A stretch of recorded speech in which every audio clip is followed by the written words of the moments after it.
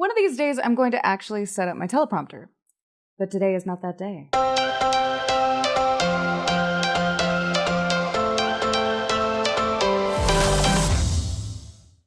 Hello, my kindred, my curios, my glorious adventurers of the great unknown. Welcome back to my channel. I have no announcements this week, other than my desktop has continued to see another sunrise.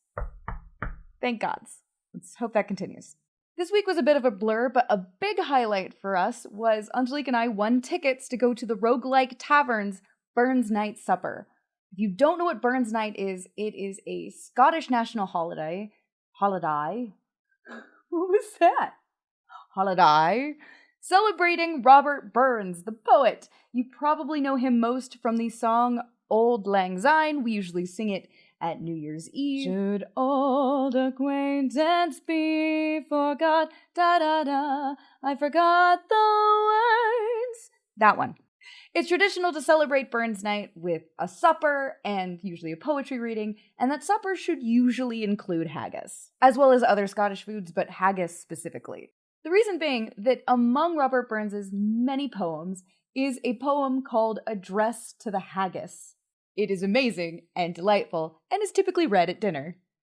Which means it's time for the address to a haggis.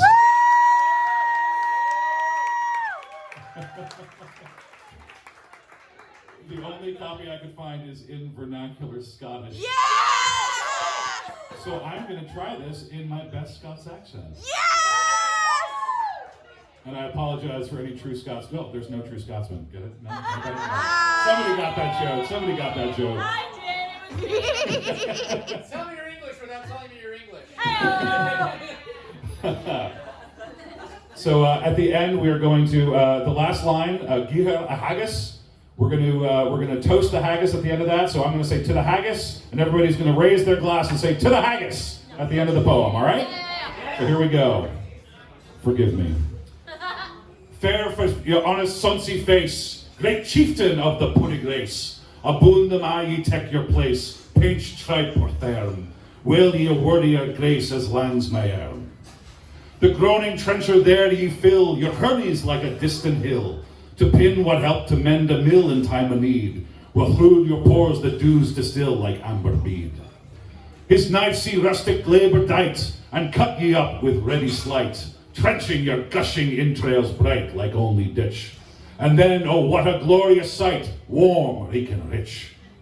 Then, horn for horn, to stretch and strive, they'll take the hindmost, on they drive, till whale-swallowed kites believe are bed like drums. Then all good men must like to live, be thanked hums.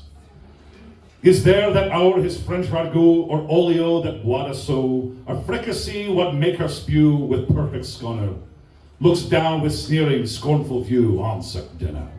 Poor devil, see him o'er his trash, as feckless as withered rash, his spindle shank a good whiplash his knave a knit, though bloody flood or field to dash, oh how unfit. But mark the rusty haggis fed, the trembling earth resounds his tread. Clap in his wee knave a blade, he'll make it whistle, and legs and arms and head will sned like taps of whistle. Ye powers what make mankind your care, and dish them out their bill of fare. Old Scotland wants nae sinking ware that chops and luggies. But if you wish her grateful player, give her a haggis. To the haggis! To the haggis! We also heard amazing poetry by the Roguelike Tavern's Poet Laureate, which the fact that they even have one is amazing to me, and just fantastic. I'm delighted. Not many taverns can boast they have a Poet Laureate. But at the end, we got to sing Auld Lang Syne and toast with some very nice scotch. It was like drinking a campfire. It's very good, very expensive. They gave us only like a little bit, but I get why. Angelique was quite pleased. It was a truly wonderful time, and if you live in or you are ever near the Los Angeles Burbank area, I highly recommend checking out the Roguelike Tavern. They have a bunch of different events. You can follow them on their Instagram. They are fantastic. Frankly, I'm excited to attend whatever their next event is that I can go to. You may also remember from my Daily Decembers, the Pick Your Poison pub sing we went to. That also happened at the Roguelike Tavern. It's just a great place. Now, on to this week's topic. Last week, I was ruminating on the skill of unpacking one's mental baggage. It came about because I was reflecting on this sort of odd privilege I hadn't really considered before. Since I am part of a demographic that is largely responsible for a lot of systemic issues. Oh, my mouth has not been cooperating a lot. But since I am part of that demographic, that means I'm also part of a demographic that sort of gets called out on a lot of their problems or things that they're doing or perpetuating. And because of that, and because I listen to those moments as best I can, obviously we're all human, I might have more experience looking internally and unpacking some of those biases than someone who isn't part of that demographic and doesn't get called out or held responsible as often, if that makes sense. I actually made a TikTok about this observation. You know what? I'm just going to show you. A privilege I did not expect to have, but I'm very happy to have, is because I am a cis white lady, I am one of the demographics most often told to unpack my shit. And since I was not resistant to that, and hopefully continue to be not resistant to that, I am always unpacking something like, oh shit, am I doing this? So I'm always confused when I run into another cis white lady and realize she has not unpacked her shit once. Like, we have homework. Have you not been doing the homework? Now, obviously, there's lots of different responses to that, but largely they fell into two categories. The first being were people commiserating and making little jokes about this is the worst group project ever when you find out that some people just straight up aren't doing the homework. The second major response, and this was absolutely a lot smaller, but it was enough to be a visible trend, were people claiming that their trauma or their mental illness had prevented them from doing any of the homework. And just to be clear, by saying the homework, I'm referring to the video where we are talking specifically about unpacking your internal biases. It's January, and if you've been here a while, you know that mental health is usually somewhere in the forefront of my mind, no matter what we're doing on this channel. However, in January, we focus on it pretty exclusively. Which, before I forget, this coming Monday is Joelmas. Do you have anything planned for yourself? Are you doing something kind? Are you taking stock of where you are and what you need? Make sure you do it. Be kind to yourself. Here's the thing, though. The process of unpacking our trauma and how our brains work is intrinsically and inseparably linked to those concepts of internal biases. Those biases are often formed without us even realizing because the environment we're in reinforces fallacies about groups of people. This can be anything from your parents' influence, your teachers, the people in the town you grew up, or in the actual systems of the institutions we participate in every day. Oh, hi. Hello. It's true. Whether we are unpacking childhood trauma or our biases and phobias, it requires a lot of internal questioning. It does. Either with a therapist or through your own personal work, it requires you to interrogate knee-jerk reactions. Because deconstructing these thoughts and unpacking all of these isms, and yeah, we all have them, every single one of us, it's not about other people, it's about you. It's about your relationship to your thought process and how that influences how you interact with other people, just like every other aspect of mental health. I think this is where a lot of people get stuck or feel like they're owed praise or some sort of thanks for doing the work because they don't see it as internal work. They see it as something they are doing for other people. But let me put it to you like this.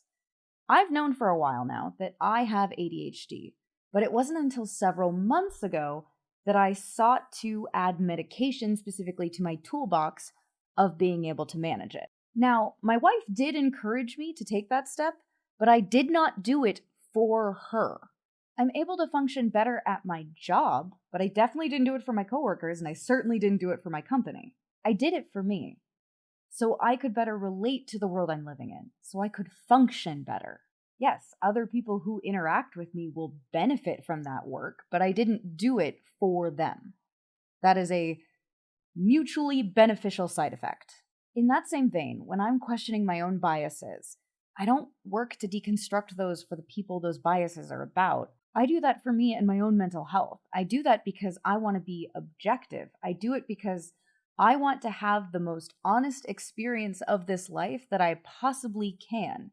And in the same way that our traumas can get in the way of that, obviously so do our internal biases. Now, I don't have the skill set or training to even begin to tell you how you can start deconstructing that in yourself, but I can tell you what's worked for me. And that's mostly mindfulness. In the same way that mindfulness can help you identify intrusive thoughts, it can help you identify internal bias. When you get that knee-jerk reaction in your mind, stop, interrogate it. Why are we having that? Why do we think that?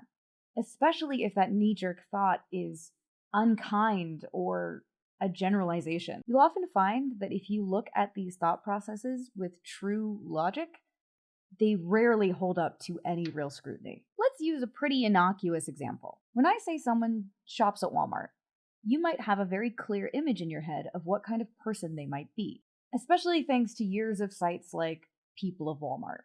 All I've said is this person might give money to a particular big box store, but you might have an image in your head of what they look like, how they dress, their economic standing, their political views. It's a myriad of things you can just ascertain from that. And we often make those swift judgments because we've been saturated with data that tells us that is a truth. And we often forget or don't even realize when we're presented so much data that that data is cherry-picked, it has a very specific agenda, and it's often presented in the wrong context. So part of that work is questioning, why did I think that? And you poke it and you prod it. You don't let it fizzle. You don't let it dismiss. You interrogate the heck out of it until you find the source. And it may take a while. And again, it really comes down to the importance of empathy and curiosity in everything we do. Not just accepting a snap judgment, especially when you don't really have evidence to back it up. And I know it can get exhausting. And the unfortunate truth is, empathy isn't fun. But it's necessary to the human experience, and it makes everything better. It's an odd little example, but I cannot tell you how much happier I've been choosing empathy instead of road rage. Someone cuts me off on the road, and believe me, in Los Angeles, it happens a lot. But if I decide not to get angry, if I decide not to cuss them out, they can't even hear me anyway, and I'm doing it for myself, but instead go, I wish you safety, and I hope you get where you're going, because you seem like you're in a rush. If I choose to make the decision, because I can't prove it right or wrong, that that person is just really desperate to get somewhere, it improves my mental health tenfold. And nothing has changed. I didn't talk with them. I didn't have a conversation. They were long gone. So building up that anger in my car isn't helping anyone. It's certainly not helping me. We get this idea that venting anger is good, and don't get me wrong, it can be. But you can also get stuck in this toxic idea of venting but not actually improving.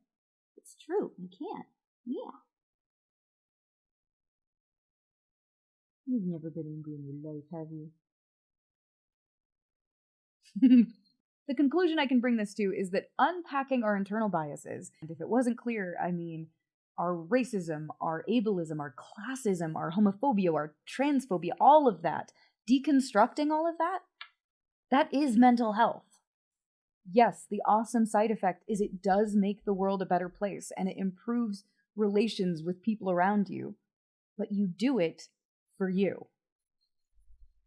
Let's wrap up this month with a check-in.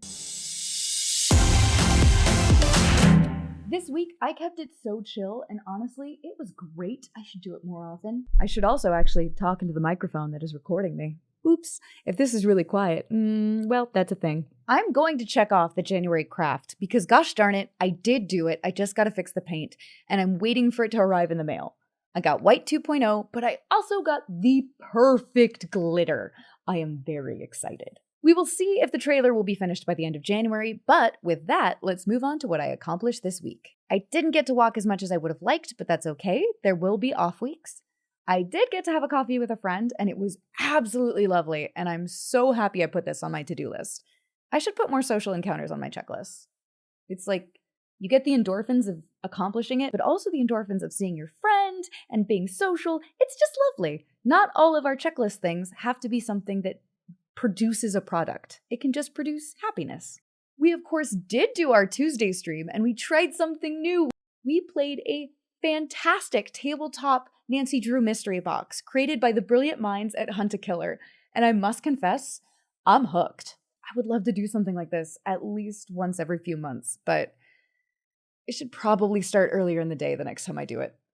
Just some food for thought for myself, and also, I guess, for you to ruminate on as well. Additionally, do you enjoy me putting my Let's Plays on my YouTube? It's something that is a little time-consuming, but if people actually do enjoy them, it is worth it. I broke down the trailer process so that I wouldn't be so overwhelmed, and this week I wrote the trailer outline and the script. And as you saw, keeping with my yearly goal of trying new things and seeing cool stuff, we celebrated Robert Burns Night at Roguelike Tavern this week, and it was freaking amazing. I'm so excited to continue my try new things and see cool stuff theme because this weekend we're headed to Vegas to see Meow Wolf's Omega Mart. I'm meeting with a friend and making some crafts for a booth at the Renaissance Fair this spring, and there is a plan to stream this Tuesday. I'm also hoping to film the little added bits I want for my trailer, but I will admit that's kind of a tentative, let's see what happens kind of goal. Thank you so much for watching. I really love having you here, and it's been really nice to just come back to YouTube. I admit it's a struggle. Obviously, I've had some technological issues, but all in all, I've really enjoyed coming back, even though it's a lot different than it used to be. Keep on the windy side of care, Kindred, and until next time, stay curious. There is no